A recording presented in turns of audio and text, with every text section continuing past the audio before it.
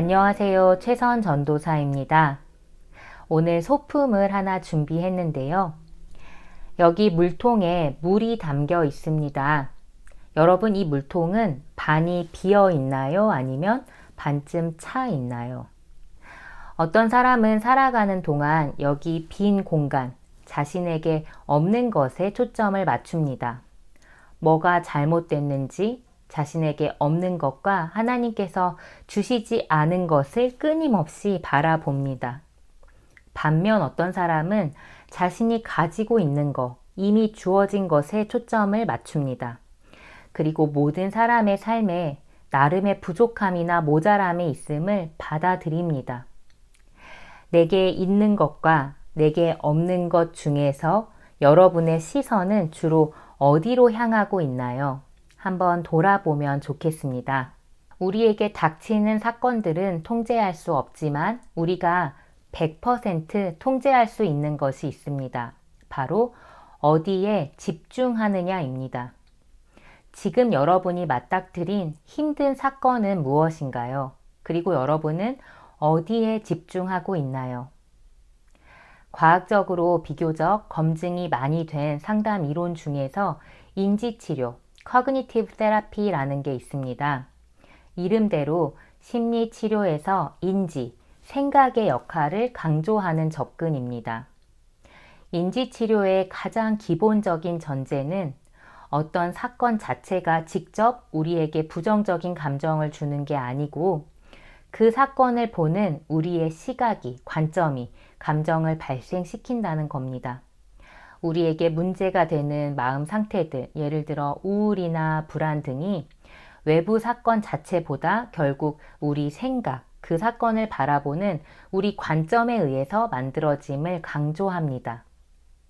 예를 들어 어떤 시험에서 좋지 않은 결과를 받았을 때 한 친구는 난 또 해봤자 안 돼. 머리가 나빠. 또 실패야. 무능해. 이렇게 생각을 합니다. 그럼 어떤 감정이 생겨날까요? 절망이 되고 우울을 경험할 겁니다. 반면에 같은 안 좋은 결과를 받았어도 나 이번에는 준비가 좀 부족했어. 다음번에는 더 잘할 수 있을 거야. 괜찮아. 라고 생각하는 친구는 비록 실패했더라도 다시 스스로를 일으킬 힘을 가질 수 있습니다. 우리의 생각이 영적인 전쟁의 터입니다.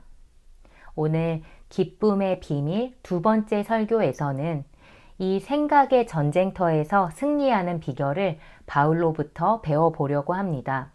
본문은 빌립보서 1장 3절부터 6절까지입니다. 한 목소리로 읽습니다. 나는 여러분을 생각할 때마다 내 하나님께 감사를 드립니다. 또한 여러분 모두를 위해 항상 기도할 때마다 기쁨으로 간구합니다. 이는 여러분이 첫날부터 지금까지 복음에 동참해 주었기 때문입니다.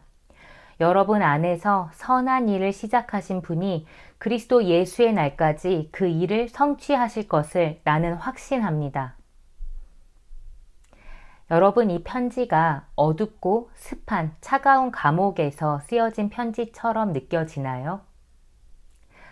조금 전 이야기한 바와 같이 어떤 상황이 내 감정을 만드는 게 아니라 그 상황 속에서 내가 어디에 초점을 맞추느냐에 따라서 마음이 달라진다는 걸 선명하게 보여주는 케이스가 바로 이 편지를 쓴 사도 바울입니다.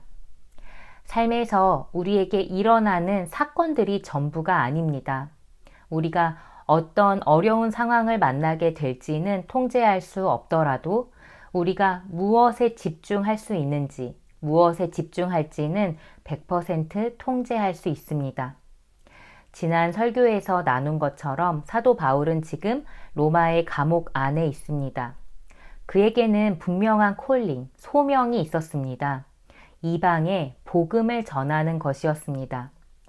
예수님께서 바울에게 이방 선교의 소명을 주셨고 바울은 그 부르심에 자기 삶을 다 바쳐서 헌신하고자 하는데 그런데 자꾸 장애물을 만나고 매를 맞고 감옥에 갇히고 갖은 고난을 당하고 있습니다. 여러분이 바울의 상황에 처했다고 한번 상상해 볼게요. 어떨까요? 상황만 보면 분명 낙심이 될 것 같습니다. 하나님, 난 잘못한 게 없는데 억울해요. 여긴 너무 추워요. 하도 맞아서 몸이 성한 데가 없어요. 손과 발이 묶여 있어서 갑갑해요. 어쩌면 곧 네로 황제에게 사형 판결을 받을지도 몰라요. 두려워요. 불평할 것들이 끝도 없이 많을 것 같은데, 그런데 바울의 편지는 기쁨과 감사로 빼곡하게 채워져 있습니다. 미스터리입니다. 빌립보의 성도들은 감옥에 있는 사도 바울이 걱정되어서 바울에게 후원금을 보냅니다. 바울은 빌립보 성도들의 사랑에 대해 고마운 마음을 땡큐 레터로 전합니다. 본문 3절에 감사라는 단어가 있고 그리고 그 앞에 생각이라는 단어가 있습니다. 바울의 생각이 그가 처한 상황에 있지 않고 빌립보 성도들에게 향해 있었습니다. 그리고 6절을 보면 확신이라는 단어가 나옵니다. 그의 믿음입니다.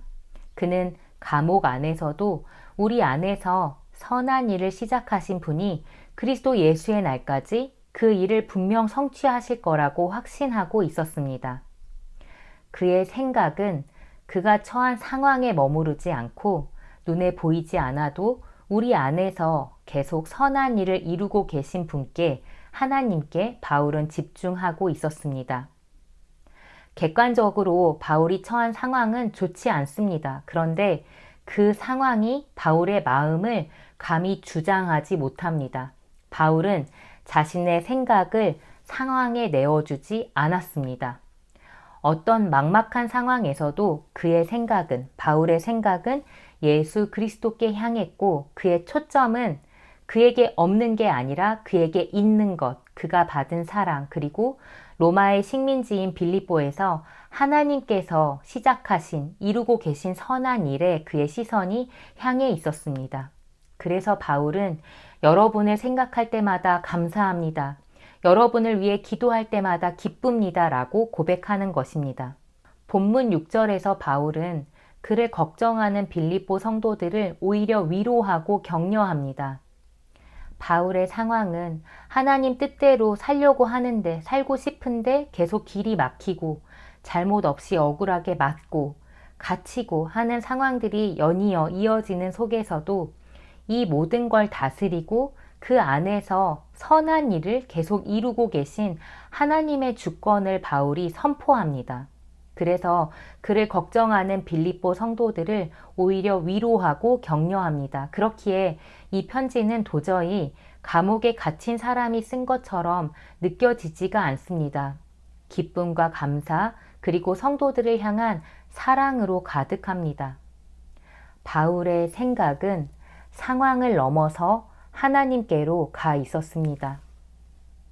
나는 분명 어려운 상황에 있으나 내 초점은 하나님께 있고 그리고 여러분에게 있습니다. 그러기에 나는 기뻐하고 감사합니다. 바울은 마치 자신이 처한 상황은 잊어버린 것만 같습니다. 여러분에게 묻습니다. 여러분의 시선은 지금 어디로 향해 있나요? 여러분에게 지금 가장 어려운 상황 하나, 친구 관계이든 공부든 힘든 상황 하나를 떠올려 볼게요. 그 상황 가운데 나는 어떤 것에 초점을 맞추고 있나요?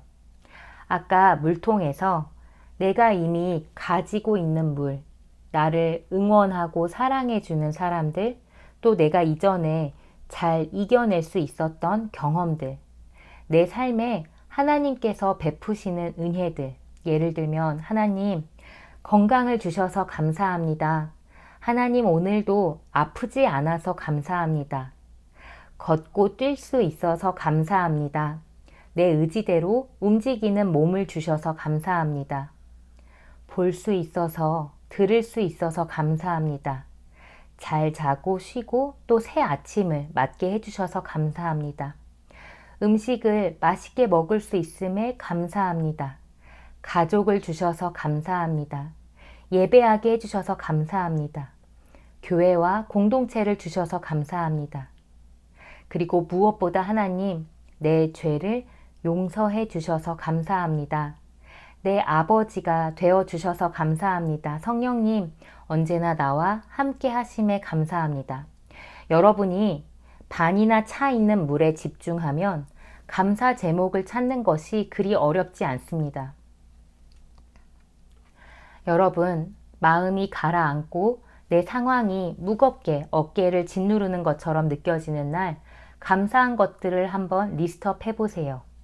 입술을 열어서 하나님께 감사합니다 고백해보세요. 정말 신기하게 여러분 마음이 당장 한결 가벼워지는 걸 느낄 겁니다.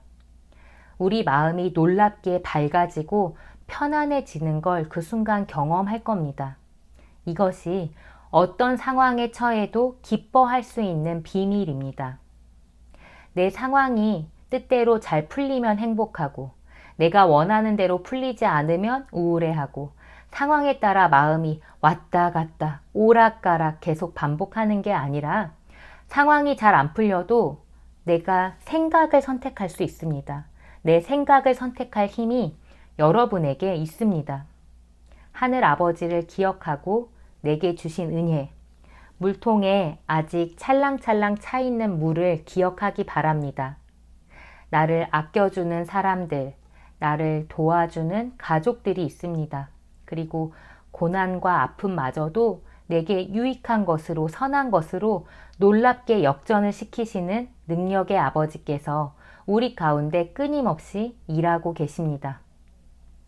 실패가 없는 삶, 고통이 없는 삶은 세상에 없습니다.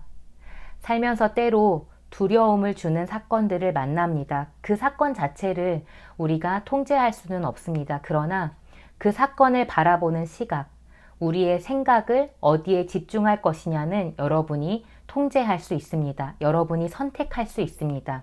이것이 바울의 기쁨의 비밀입니다. 내 시선을 불행한 사건에 고정시키지 않고 그 너머로 내 시선을 하늘 아버지께로 향하고 그분의 선하심과 능력을 신뢰하고 또 내가 이미 받은 은혜를 다시 기억하고 입술을 열어서 감사의 고백을 아버지께 드림으로 어떤 상황에서도 기쁨을 빼앗기지 않는 우리 모두가 되길 간절히 바라고 또 응원하고 기도합니다. 함께 시선 찬양하고 기도합니다.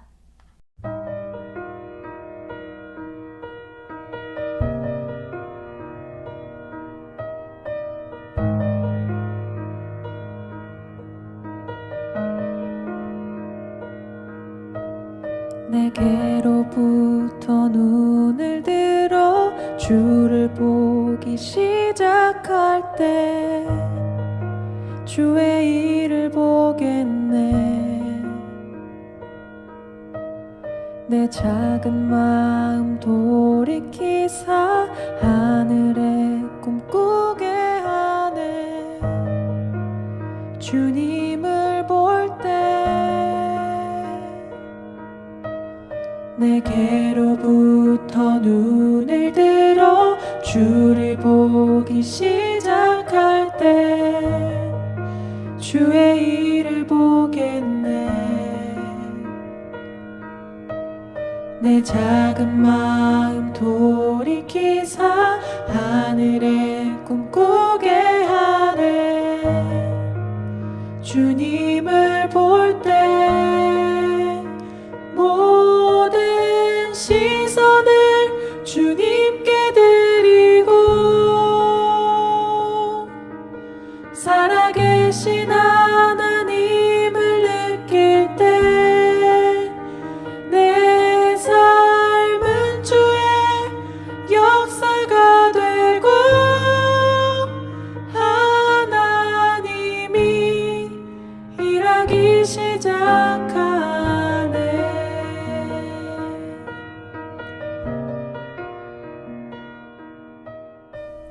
함께 기도합니다.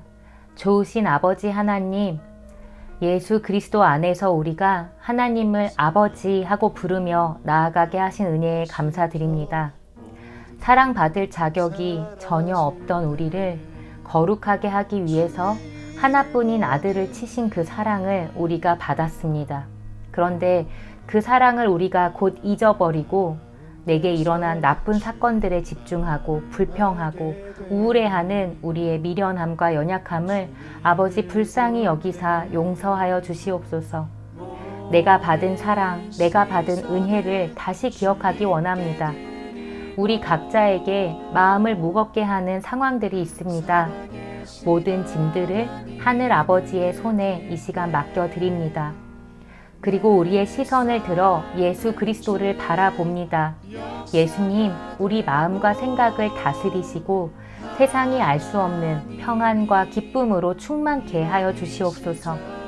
어떤 상황 속에서도 하나님께로 우리의 시선이 향하게 하시고 예수님을 닮은 모습으로 우리의 생각이 날마다 자라가게 하여 주시옵소서.